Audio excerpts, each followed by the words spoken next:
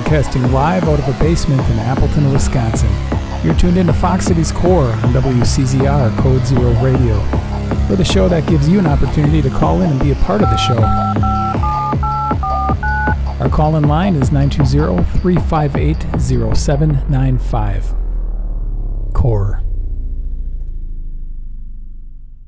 My next guests are a Troy, New York-based band. Since 1996, they've released multiple albums and singles with much more on the way, including an album called Live from Troy, New York, which was just released a couple weeks ago.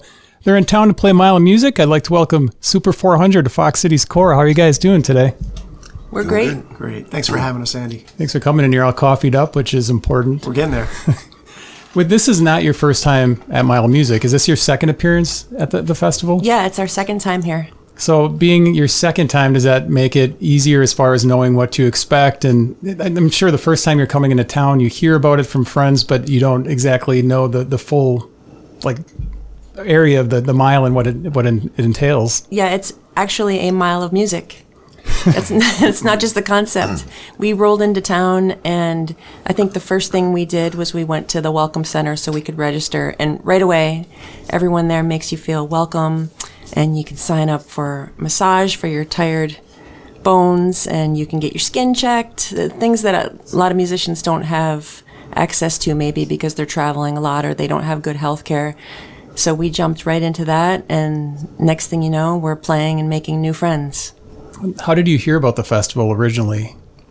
It was Bobby McFleshman. He came to see us 20 years ago in Colorado by mistake. He was coming to see the opening band that we were playing with, and he saw us, and he loved the band, and he started reaching out to us way back. I mean, I don't know, how long has Mile been going on? It's 11, right? Yeah, this is number 11. There was one COVID year that skipped, so I guess you can go back 12 years ago. Yeah, he was reaching out to us as far back as the very first one, and we weren't touring at the time, and it seemed crazy to come out for one show. We didn't realize that it was a multi-performance situation, so yeah, it got to be where he said, well, if you come out, you can play multiple shows. And so we, I think we played six shows in 4 days or something last year, and it made it all worthwhile. And we didn't realize what it was. We just thought it was just a regular one-day festival. And people started telling about us about it from home. Friends in different bands like Wild Adriatic was coming out and playing, and Precious Metals, and they were like, "Oh, you guys, it's gonna be so much fun. You guys are gonna love it." Yeah, we get people reaching out to us from time to time through social media, saying, "If you guys are ever out where we live, there's a great festival. You should check it out." And I think back in the earlier days of the band, we would maybe look into it a little bit more to see if we happened to be touring at that time, if we could work it in. But we kept hearing about Mile of Music, and we thought, Appleton, Wisconsin, we've never been there. Check it out. And it was just obvious that there was a good thing going on here. So we wanted to see if we could be part of it, and we're glad that we did. Your relationship with McFleshman's is obviously still strong. You played there last night as kind of an unofficial Mile show. It wasn't technically affiliated with the festival, but coming back here, is there some excitement? And I mean, now that you do know what's happening, and seeing old faces and volunteers and people at the headquarters that you saw last year? Yeah, I think anyone who plays this festival would relate in that it's always exciting to see the people that you haven't seen for a year. Because you can catch up a little bit, and it feels a little bit more like coming home in a way. The volunteers are so nice, too. Yeah, it's really incredible. It's like the whole town's part of it, It's a far cry from a lot of the road gigs that we're used to, where you roll into a town and you play on a bill with a bunch of bands, and maybe it's poorly attended, or you're treated poorly, or maybe the sound isn't quite great. And here it's the complete opposite. Everybody's super friendly from the minute you get here, and all the volunteers and everybody working, like the sound crews are working so hard. They're working all day, every day, just so many bands to deal with, and they're all still just great. Everybody was really kind and friendly to us. Yeah. So. And it's run like a top, which is another thing that's so rare. Normally, if you get on a multi-band bill anywhere, you can count on it running at least half hour, 45 minutes behind. Yeah, the first band doesn't want to go on. Yeah, like the first band, so the they don't want to go on. Stalling. People start showing up. Oh, let's play a little bit longer, guys. And that happened to us the other night. It's nice to know when you're going on and when you're getting off, because we're that kind of band. Yeah, we're not going to start until people show up. Yeah, if we're playing at 8, we're playing at 8. You want to play us from 8 to 8:49? We'll play from 8 to 8:49. I think we could do that. Do you guys get around to see other bands during the festival? Yeah. I saw a bunch of bands last year. 2 of my favorite bands that I saw last year were the Psychedelics and Humbird. Humbird was, 2 totally different bands. Humbird was a folk act trio, amazing songs, amazing singing, amazing playing, and the Psychedelics are just like a throwback funk band that are their just name is awesome. perfectly suited to them. Yeah. High energy, like great playing, great singing. Yeah. It was like a real surprise to see that. And there was a lot of other stuff too, but those 2 stood out. There's a venue that we play up north where we live, up in the Adirondack Mountains, called the Waterhole. And we were playing a show there a couple of weeks ago, and then we saw that the Psychedelics were going to be playing, I think it was like the following week. And we were so excited about that, just to have them within a couple hours of our hometown. And actually, the guy that books that club, that owns the club, he said that he looks to Mile Music, he looks at the roster to, call on bands to come and play, to book them. Because he knows that, That they know what they're doing as far as booking. Yeah, that Mile knows a lot of good artists that he may not. So he checks the roster, and it's good to know that maybe somebody else will see us on this roster as well and open up opportunities in other places. So. Yeah. Well, and you probably noticed there's lots of newer bands at Mile Music. You guys have been around for a long time. Yeah. 1996 was the official start of the band. Yeah. And the band is called Super 400, which of course is a type of Gibson guitar used a lot in the 50s. Scotty Moore, Elvis used one. Why the name Super 400? My brother used to work at Rudy's Guitar Shop on 48th Street, and he was always talking guitars constantly. So we were trying to come up with a name for the band, and I just heard him say something about a Super 400 for sale, and just like he was on the phone, I just caught my ear, and I mentioned it to Kenny, and he was like, eh. So I was over at his apartment. I wrote it down on a sheet of paper and just kind of left it on a pad on his table. So a couple of days later, he just was looking at it. A couple of days, and he was like, kind of warmed up to it.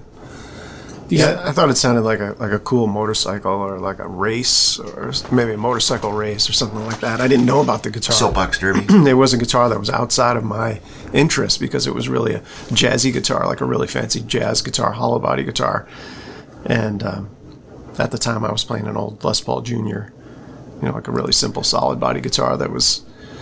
I'm not like a real gearhead either. Like I just play the guitars that I have, so I didn't really know. Like Joe's brother Frank, he was a vintage guitar dealer in Manhattan there at 48th Street, so he knew every guitar, every piece of every guitar, every year of every guitar, and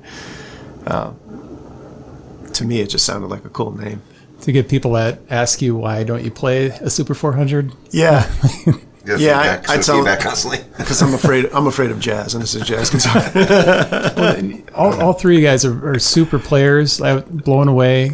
It's the fact that you said you're not a gearhead. You get a lot of these players that are really good players, and gear, they're just into pedals and tones. You've got a really clean tone. I noticed yesterday you had a Marshall stack with like an orange head on the top. I couldn't see what your pedal board looked like, but yeah, I've been using the same stuff for a really long time. I like Marshall amps, and I like low wattage amps just because I don't get yelled at as much. So I have a 20-watt Marshall head and a couple of pedals that I've had forever, and that's pretty much it. A couple of guitars for different tunings.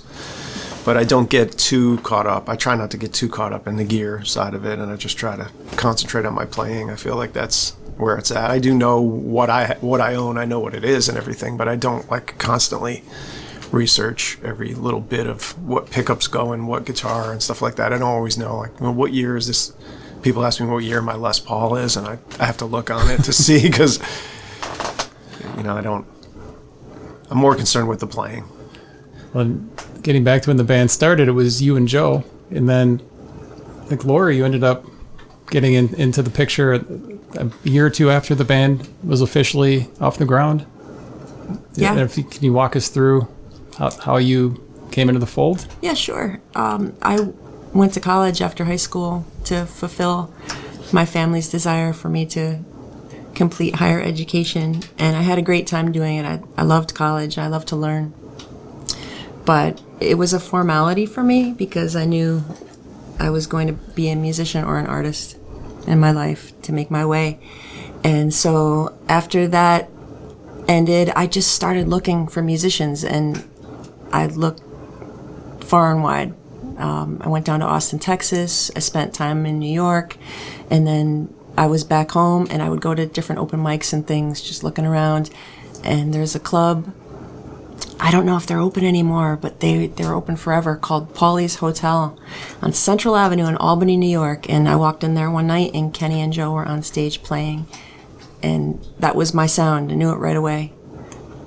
And so I approached Kenny. He was the first one that I came across during the set break, so I approached him about maybe playing together, and I think I wrote my number down on a matchbook or something. But I didn't hear back from him right away. Yeah. I mean, did you hear of Lori prior to that? No. So this is like my shameful confession that I have to always make at this point in the story. So I saw Lori, and I felt kind of a spark from her, but when she gave me her number, I was in a long-term relationship, and when she gave me her number, I wasn't sure of her intentions or what, and she asked me to join her band, and I wasn't looking to join anybody else's band. We were trying to get our band going, and we had been writing songs. We had been playing together since high school, Joe and I, so we were trying to originally find a singer and a bass player when we moved from our hometown of Troy, New York to Manhattan. We were living in Brooklyn, and we were trying different singers and bass players, and nobody quite fit. And I ended up getting stuck singing because Joe was singing on the demos, and I'd be saying, "Why don't you sing it a little more like this or a little bit?" And he was like, "Dude, why am I doing this? Just sing it yourself. You're 10 times better than me." And I was like, "I don't want to do it because I'm gonna get stuck with 2 jobs."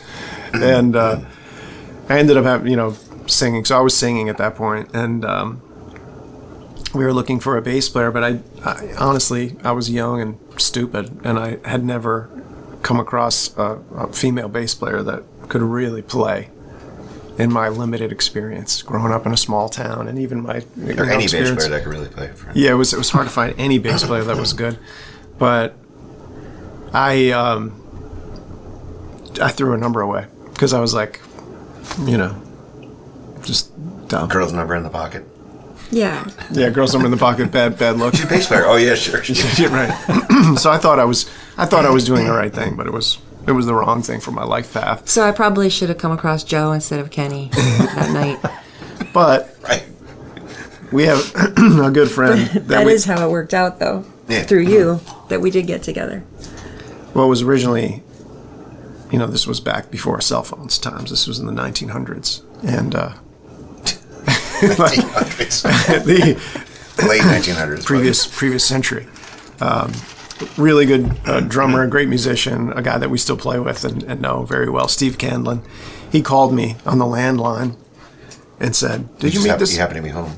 Yeah, "Did you meet this girl, Lori, Friday?" And I said, "Yeah." And he said, "Are you going to get together and play with her?" And I said, "No." And he said, "Why not?" And I was like, "I don't know. How good could she be?" And he was like, "No.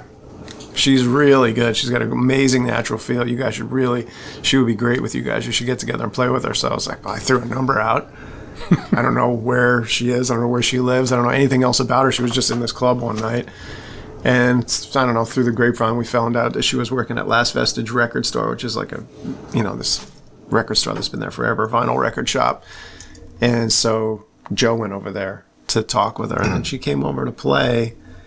And I still didn't have any kind of expectation about what it was going to be. But these guys lived in a really, really cool loft.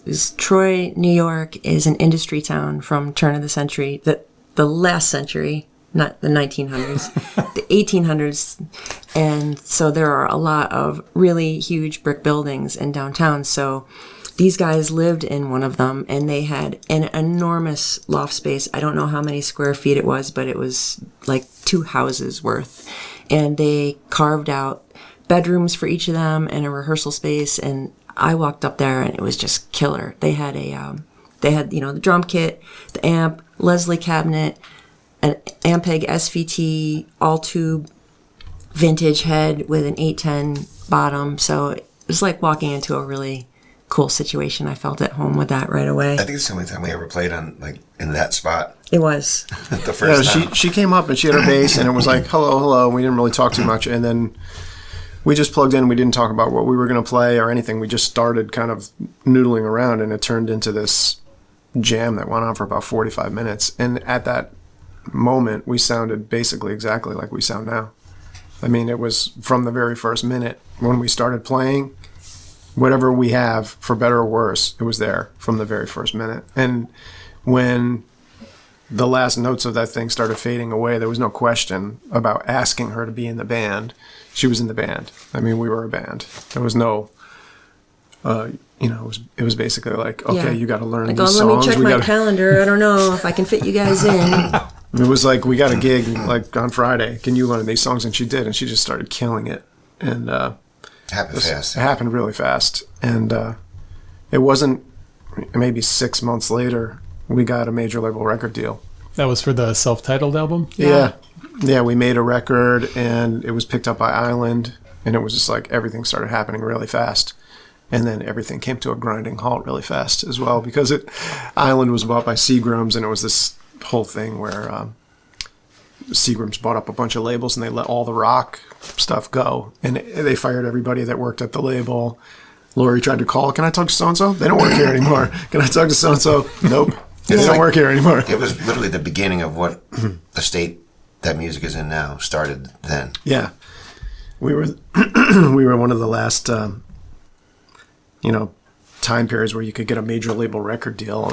It feels like being a band from a small town. And they could develop you. The indie concept wasn't really as much of a thing then. It wasn't like an indie band. Like, what's that? That was like grunge era, end of the grunge era. And now indie bands, that's what most of us are at this point. Yeah. We had, like Lori and I at the time, neither one of us had flown on an airplane. And we flew to London to sign our record contract with Island. And yeah, we got to see Steve Winwood's Hammond B3 organ and see all the sites. Sat at the board table. And So what did the record label offer you at that time? Did they give you a lump sum of money? It was basically $1 million record contract. It was $100,000 a record, $100,000 up front for the one we had already made. So we bought a big van, and we outfitted it into an RV because we thought we were going to be on the road, like living on the road, basically. There's 5 albums total, right? Yeah. So you're like, don't worry about it. We're going to develop you guys like in the old days. So if the first one doesn't blow up, we're going to be patient. Yeah, which was unheard of at that time or any time, because you want the hit right away. But they believed in us. They actually told us that they wanted us to flagship the reentry of rock and roll into mainstream society. And, we were just kids essentially at that time. So I don't think we really felt the pressure of that. It was just a lot of fun. But after our relationship with them ended, our lawyer, luckily, he had put into our contract that it was a pay or play. So when they severed ties with us, the label had to pay us out. And we were able to live off of that money for a while so that we could regroup, get our heads together, and write the next album. What a trip. I mean, like, to have that in front of you, then all of a sudden, I mean, that's almost like having not a retirement thing, but you've got a path that you're going to follow for a long time. It was a career, yeah. All of a sudden it's gone, and It was gone. Yeah, it was gone in a hurry. I mean, our record, they took the record, they argued about the artwork for a little while, and then it came out, and they put these, it was like big cardboard cutouts of us at the record stores, like $20,000 photo shoot, and they didn't use any photos on the record. Did you get any of that stuff, like the cutouts? No.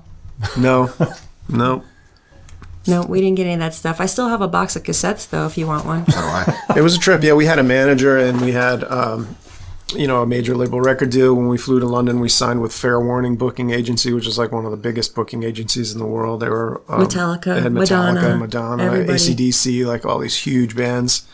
And they were like, if the single does anything, you'll be at Glastonbury, and then from there it'll just be you know, here's your path, you know.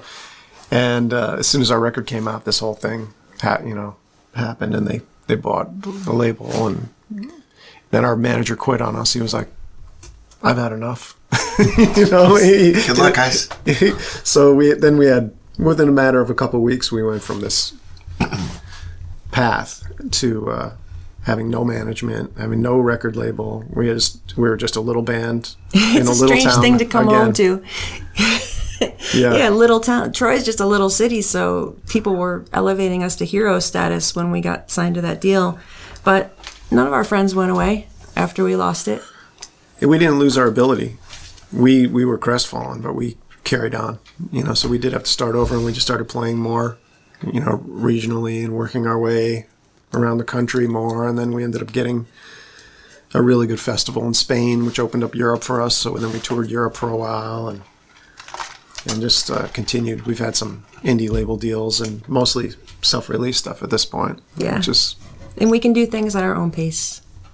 Yeah, so the next album was Blast the Message 6 years later. Yeah. And as far as recording that one, did you go into a specific studio to record that, or did you try to, I don't know if you had the means to do it yourself at that point? It was basically Joe's brother, Jack Daly, who's world-renowned bass player, has played with everybody from, he played with Lenny Kravitz for 15 years. He's played with Bruce Springsteen, Little Steven. He plays in the Spin Doctors band now. I mean, he's played on tons and tons of albums, records. I mean, it's hard to even say all the stuff he's done, but he was looking to get more into producing and, making records. So at the time he was in Lenny's band, and they were touring a lot. So we were trying to fit recording in when he was home.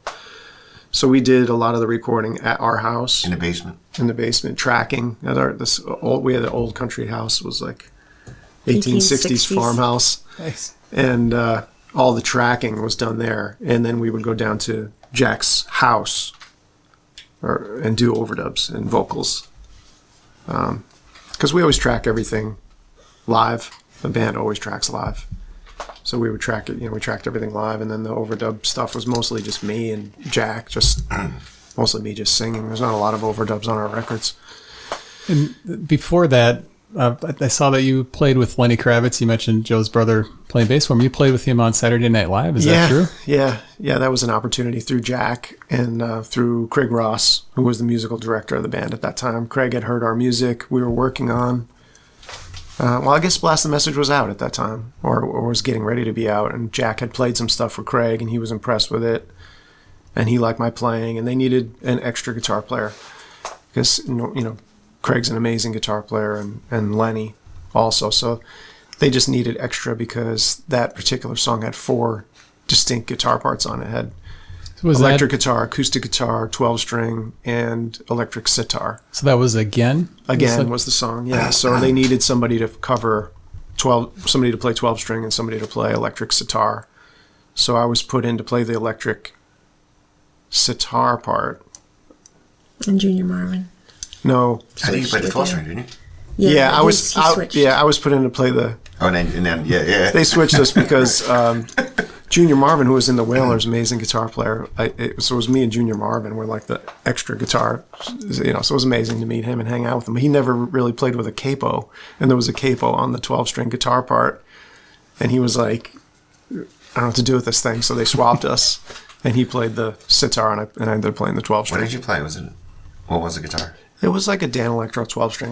They had the original instruments that were played on the album, basically. They have so many guitars and stuff, so they just handed me.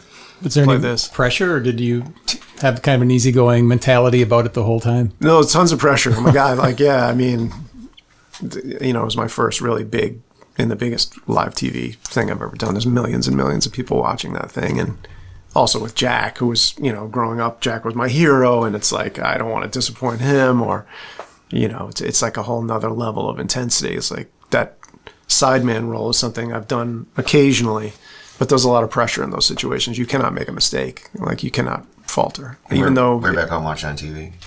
Yeah, these guys were back home watching on TV. There was, a few days of rehearsal and stuff. It was not a difficult guitar part to play at all. It was something that was, I could play half awake, but the pressure to not to not make a mistake, with all those amazing musicians and stuff. I definitely was feeling it. If you're under pressure, the easiest part can fall through your fingers. Oh, man. Yeah.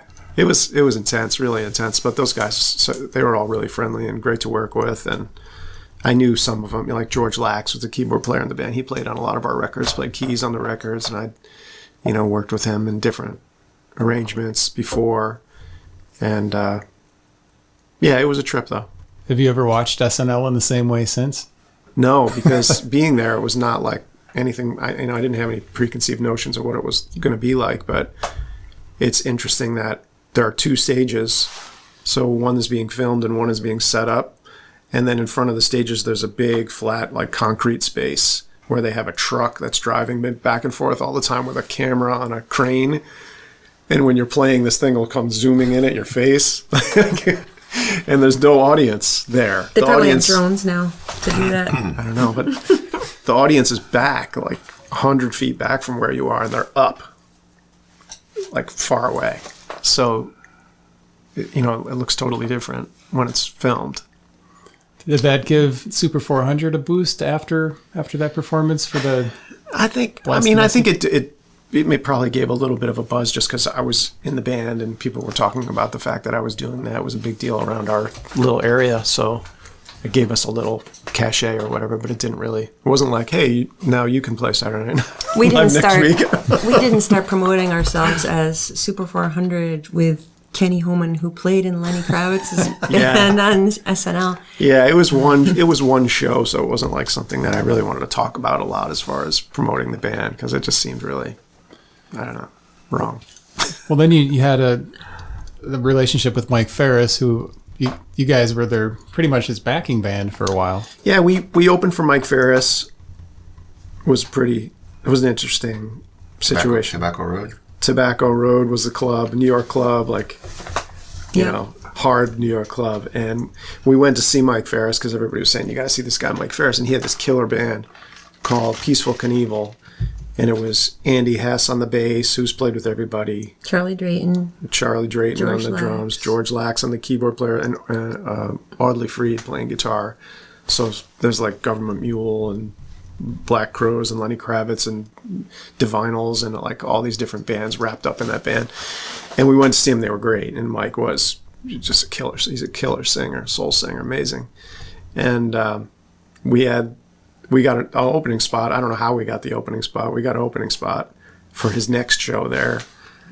And it was like a whole rigmarole because the doorman was a musician. And he knew that show was coming in, and so he wanted his band to have that spot. So they unceremoniously gave us the boot. Like a week before the show, yeah. They kicked us off the bill, but people had bought tickets to see us, and they called to see if they could get their money back because they were coming to see the band. The club got mad and somehow got my phone number and called me directly. And it was like this Hell's Angels biker guy situation. Like, it was a biker bar, and this guy was basically telling me he was going to kick the shit out of me. What he said was, well, you guys better be good, because if you're not, no, I'm going to kick your ass. Yeah, he basically threatened he was going to kick the crap out of me. So we drove down to New York City. So it was like, what a vibe, right? I mean, I'm like on the phone with this guy, and he's like, you got your people calling here, and it was like a WWF. I thought, like, I was talking to the Hulkster, and I'm like, oh my God, like, this is a crazy situation. I was like, hey, if we're off the bill. I'm not trying to get in a fight with a biker gang or something. Like, that's not where I'm at. And it was like, no, now you're on the bill and you're not getting off the bill, and you guys better rock, because if you don't, I'm going to kick the shit out of you. And I was like, I don't remember being on stage. Okay. And we went and played, and everybody was, we were big fans of a lot of the guys in the band. Charlie Drayton was in the Divinals. Joe and I, especially early on, were big Divinals fans. So loved his work and got to meet him and hang out with him. He was super cool. Audley Freed was great, and they loved us. And Audley Freed was like super complimentary of the band, and had a lot of really nice things to say to me. And it turned out, from kind of a scary, awful situation, turned out to be something really good, because beyond that, we ended up replacing those guys as being Mike's band, because he wasn't going to keep that band together. Those guys were doing a million different things, and his manager, were already a unit. Yeah, his manager Rose McGathy, who was incredible, and furthered our career and helped us out in a big way by getting us booked at the Esquina Rock Festival in Spain later on, maybe the next year. But she asked us, do you want to be Mike's band now, and kind of take over here? And we were like, yeah, great. So we did that for a couple of years. And Mike just wanted to play regionally, like New York City metro area, Long Island, Jersey. And that's very doable for us.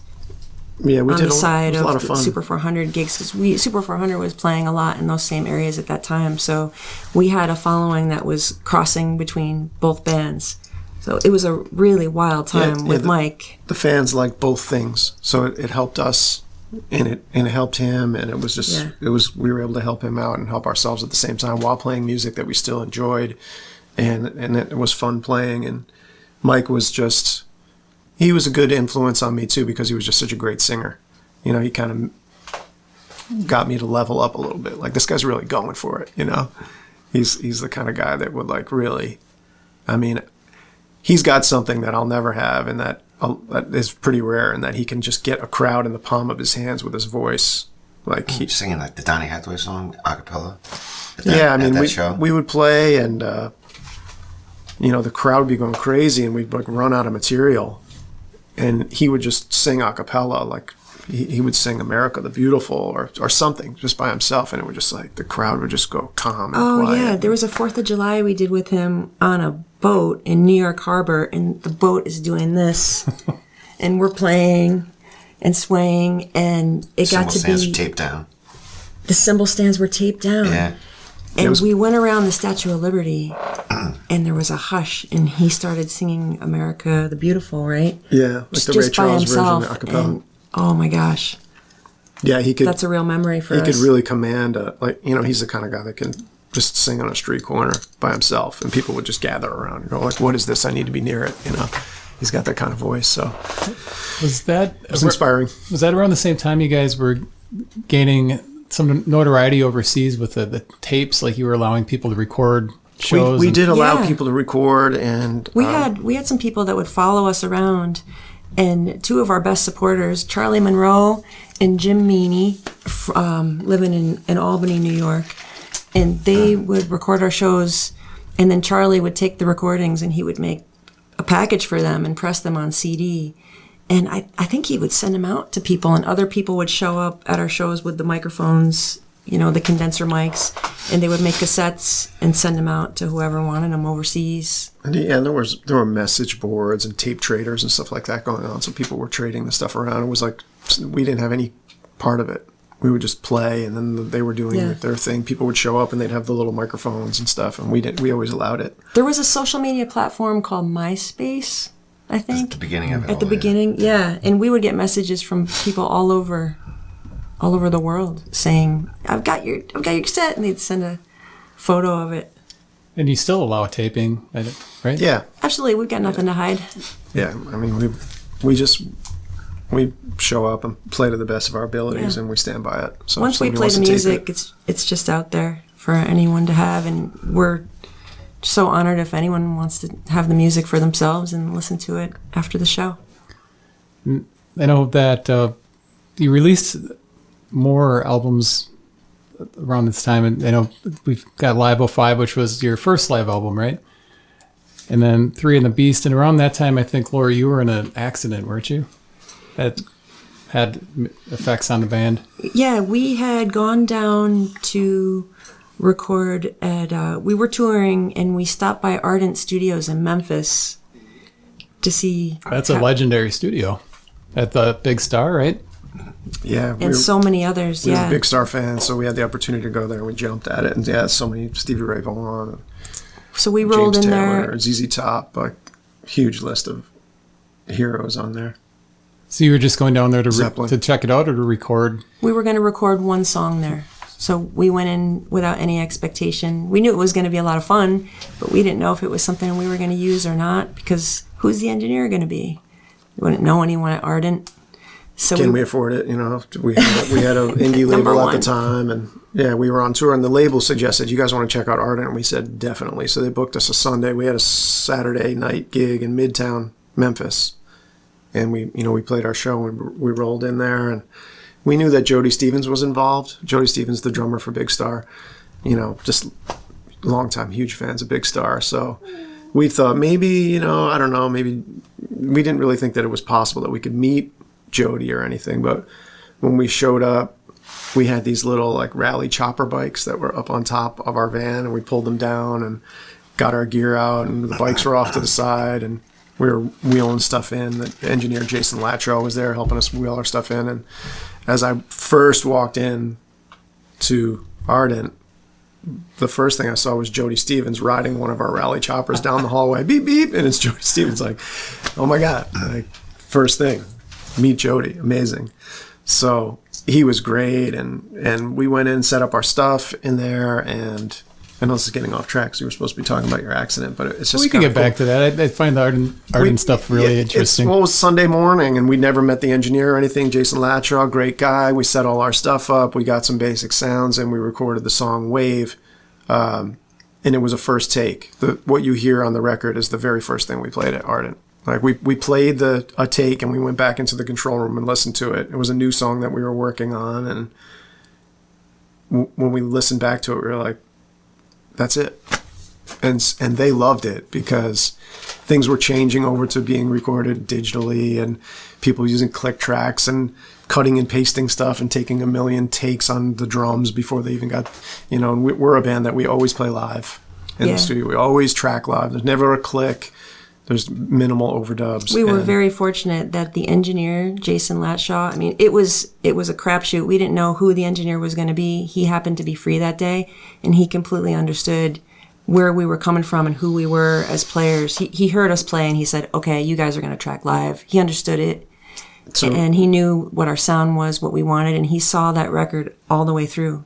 He recorded it, and he mixed it. Yeah, and it was all to tape, and because we were recording that way, the way that all of their, the legendary bands that recorded there, they mostly all tracked like that, and Ardent loved that. And John Fry, who designed and built the studio and recorded Big Star, was still there day to day, every day. So when we were recording there, John Fry was just there, walking around, listening to us, popping in. We could talk to him, ask him questions. He took us in his own car to Stax and gave us a tour at Stax. It was like walking around and being in a documentary with the filmmaker, explaining things to you, like telling us stories about, Al Green and Isaac Hayes and all these different, ZZ Top and all these, stuff from Art and stuff from Stax. And he took us under his wing. He loved what we were doing. Because it reminded him of all the fun times he had, I think, just tracking Big Star live in those spaces. And that's why he built the studio, for stuff like that. And he was just awesome. He became a friend, and Jody became a friend, and they would come in and listen to our songs and, make comments and stuff. It was very special. We recorded that record, and then we started to tour on it. And we were put on a tour with the Widespread Panic side band, Stockholm Syndrome. Yeah, they were on the same record label as us at the time. It was our best U.S. tour that we had done. And the last date, we were going to fly out of Denver, and I think I had caught a cold. And when you fly out of high altitude, if you're congested, it's like it can set you back for a few days. So when we got home, I think the next day, I told Kenny, I'm just going to take a drive down to the store and get some stuff and maybe make some soup and just lay low for a couple days. And it was March 1st, and it was 2011. And the day was rather warm, but then it started to freeze over a bit. And when I was driving down, I hit a patch of ice and went headfirst into a truck that was coming the other way at full speed. And then the rest was a little bit of a blur.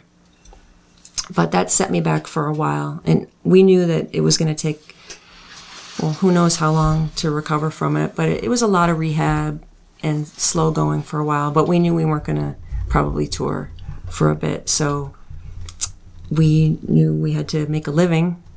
So we opened a music school, which is still there, and it's going really well. We started with 3 teachers, and now we have 17 in downtown Troy in a historic building, and we love it. We love our teachers, we love our students, and that has given us a vehicle now to continue living our dream and being able to stay viable as a band. It was the Troy Music. I want to get this right. When you write notes, you should write them in chronological order. The Troy Music Academy. Yeah. Yeah. And so that really nice webpage. It looks like now it's been going for almost 12 years, I think, just about. Well, it was 2011. It was like middle of July 2011. We opened our doors and taught our first lessons. And now anyone in the world can take lessons with us because we all are very good at teaching remotely because of COVID. And I still teach remotely, and so does Kenny. So we have students from all over the country. So if anyone wants guitar lessons, bass, drums, voice, woodwinds, you name it, ukulele, mandolin, give us a shout. We've got someone that'll help you out. What are the challenges with opening a music school? You had to get the space, and then it was, get Troy. I don't know a whole lot about Troy. It sounds like there's a main street. Yeah, we got really lucky. We wanted a space, and we found one immediately with the help of a friend. And it was just a magical experience, a lot of fun from the very beginning. It's a historic building. It has a lot of history to it. There's great shops, so people have a lot to offer there. We want to support the local economy. We're all about Troy. We're a Troy band. We have a lot of pride in our city and where we come from. And we're just very lucky that we found a space that accommodates our students and their families, and we're just having fun with it. It also was, there was an original Troy Music Academy in the 70s, and a lot of the older musicians that we know would talk about it as it was this great place. There was a saxophone player named Nick Brignola. He was from Troy. He was voted the #1 sax player in the world in, I think it was Downbeat magazine, every year for a decade or more. I mean, the guy was just incredible. And he came from our hometown. He taught there. And so people, Nick taught there. And it was great. Troy Music Academy was so awesome. And, that's where I took lessons. And we thought, it's too bad it's not still there. It's too bad there's still not maybe someday we'll reopen it. And the accident, it changed the course of our life. It was sort of we had just done a tour. We did the States and then the Europe and then the States again after putting that record out. And it seemed like that's the path that we were on. And then after that accident, Lori, she had to have spine surgery, and it was like she wasn't able to play for a while. She couldn't really play the bass. She couldn't, stand up and hold the strap or anything, but through diligence and physical therapy and you name it, she worked her way back to be able to play. And it took a while. It was slow going. An accident like that is very, very traumatic. And it was a lot of injuries. But in the meantime, we thought, if we can't go that way, we're going to go another way. We're going to do what we can do to continue our lives in the best way possible moving forward. So, when we first started playing together, Lori and I were not romantically together, but over the course of years, we were. And then, we kind of wanted to get married, but there was no time when we could do it. So we thought, now we have the time to do some things that we can do. We'll get married. And then we decided we wanted to have a baby. And now she's 11 years old. She's over there right now. And it all happened that year, basically. Within a year, we were married. The Troy Music Academy was open. And shortly after, Lori was pregnant with Ellie. We go for everything in our life with the same intensity that we do the band. Whether it's whatever it is, it's all a big adventure. Well, the band does seem like such a family. Joe got ordained and actually married you guys, which I think is pretty cool. This is the most nervous I've ever been in my life. And he killed it, too. He killed it. He absolutely killed it. Done 1,000, 2,000 gigs. Never been nervous like that, ever. I was walking around the woods, talking to myself. Because there's a bunch of woods near their house where they got married. And, I spent the entire day freaking out. And then as soon as the moment started, I just, Have you married anybody else since then? No. I let my license expire after that. I try. It's one and done. I try to farm them out sometimes. Nobody takes up. Yeah, one and done. Whenever I hear some of our friends are getting married, Reverend Joe Daly, he did right by us. $60 to get my certificate. And then they wanted me to renew it, and I was like, nah.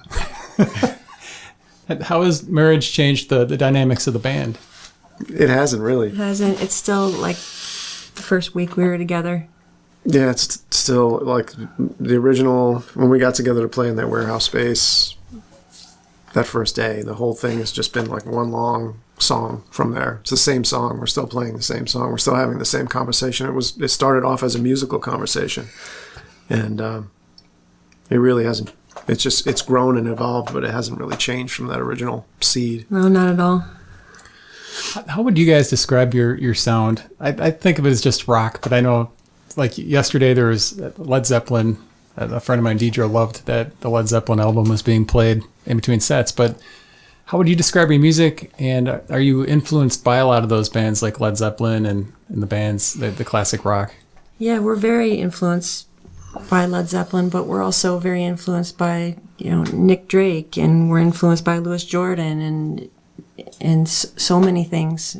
Anything that resonates with us, I think, works its way into our music, and sometimes it depends on what we're listening to that week. It may go through the filter that you have, and then it comes out in your hands somehow. I don't know, how would you describe our music? It's just music to me. I mean, it's us. I've never been, at first it was like, oh, retro rock, you know what I mean? But I think we're more soulful than that, Yeah. It's pop, it's rock, it's soul. To me, it's us. I don't know. It's for better or for worse. It's like it sounds like us. It sounds. We do try to, make sure it is us. When we're working on things. For me too, especially if I'm working on something where it vocally sounds a little too much like somebody else, or the guitar part sounds a little too much like somebody else. I'll just keep tinkering on it until I feel like there's some originality to it. And like with my guitar students, I always tell them, you can't reinvent the hand. The hand is the hand, but you can have your own fingerprints. If you try really hard, you might be able to find something in there that is a little bit original, that, you're speaking in your own voice. And we try hard to do that, and I think we succeed. The band over the years, I don't think we really sound like anybody. But as far as like, who could you put us on a bill with, like what would work for us? I think we work with almost anything, because we just love it all. We love music, and anything that sounds good, feels good. The model that we follow is the Beatles. The Beatles, sort of have songs that sound different from each other when you listen to the record. That, I think, really inspired us. Jimi Hendrix had songs that were heavy songs and lighter songs and dreamy songs, and we sort of try to play on. Led Zeppelin too has shades of light and darkness, and I think that we have followed along that path. And also bands like that, and like Zeppelin and the Allman Brothers and Cream and Jimi Hendrix Experience, those bands, they have a wildness to them live that is not the same as what's on the record. Mm-hmm. They extend and play and take chances, take risks, and that is really appealing to us, because it's not like you're just doing this robotic set over and over again. We like to leave some room for improvisation and taking chances, because that's really fun for us. It keeps it interesting, and it really goes back to the very first time we played together, when we were just basically droning on a chord and just seeing what happens, rhythmically evolving, between the three of us, sort of passing the ball back and forth to each other, to whoever's like got the hot idea, and we follow that, and it changes. Some of the songs that we write, I think we keep in mind that we're going to be playing them live, and we want to bring up some adrenaline. And then other ones are more introspective, maybe, and they go deeper in a different way. And they're more like, we'll say, well, this might be more of an album cut. We might not play this one as much live. And I think you're conscious of that sometimes as a song is being finished. Like, what is the role of this song, and how is it going to manifest? Because there'll be some that will say, we're definitely going to take this one out live. Like a song like High Hopes or Cause, and now we have a new one, The Mountain, and we're kind of working out how that's going to go out live a little bit. We might jam on it. Are you guys writing set lists for each show, or do you wing it as far as what songs you're going to play?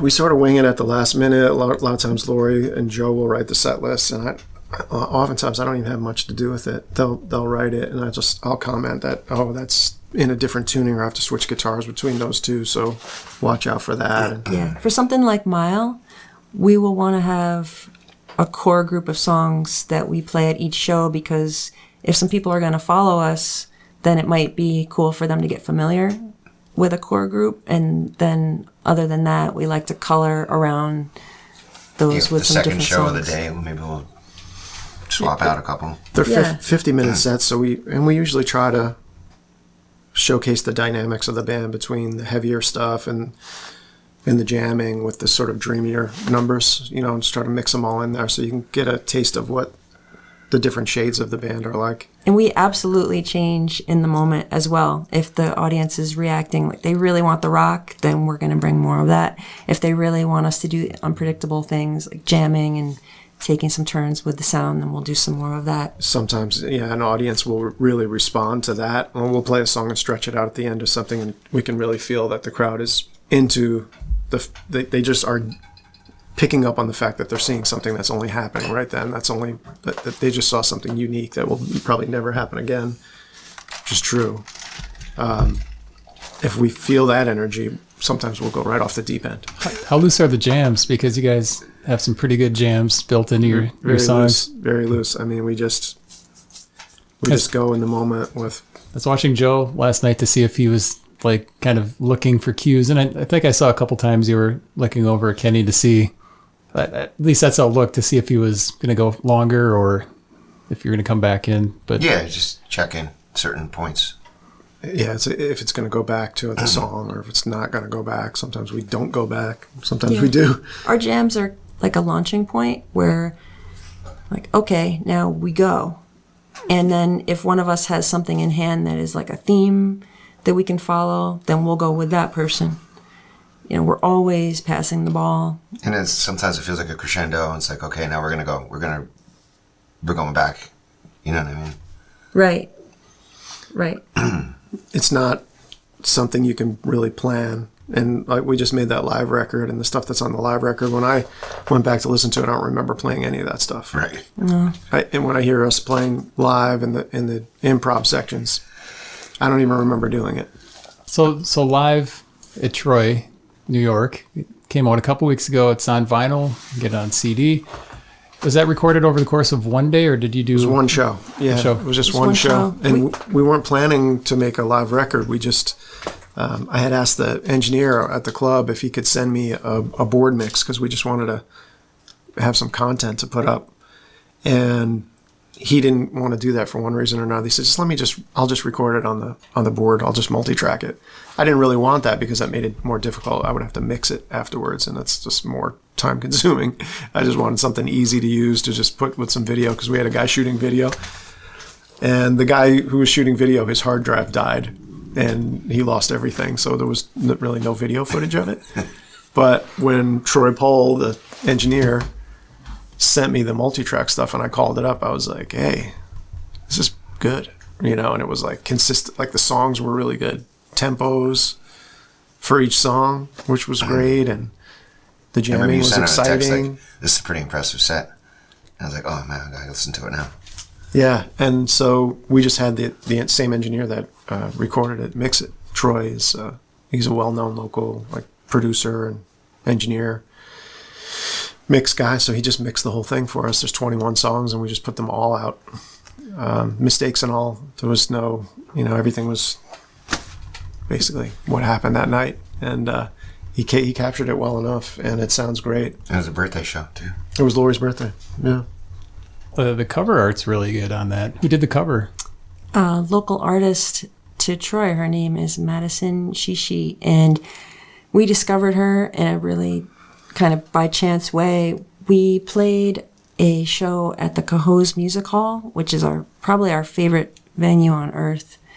It's a 140-year-old music hall in downtown Cohoes, which is right across the river from Troy, where we live. And like a couple days after the show, I was just kind of going through Instagram, and I saw this beautiful post that she did. It's a video clip in mirror image, so it's it's hard to describe, but it's like we're looking at a mirror right to left, and she had some kind of a filter on it. It just looked really dreamy and great, and it was like 5 seconds long.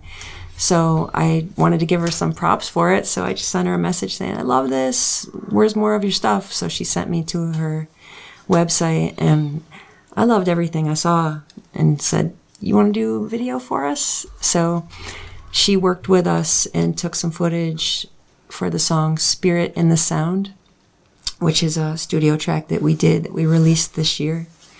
And she made a gorgeous video for it. And for the cover art for the live album, she did it in that style. So if you want to see it, you can just Google it. It's Super 400 Live from Troy, New York. And you can buy it this weekend at Mile Music. You can buy it on bandcamp.com.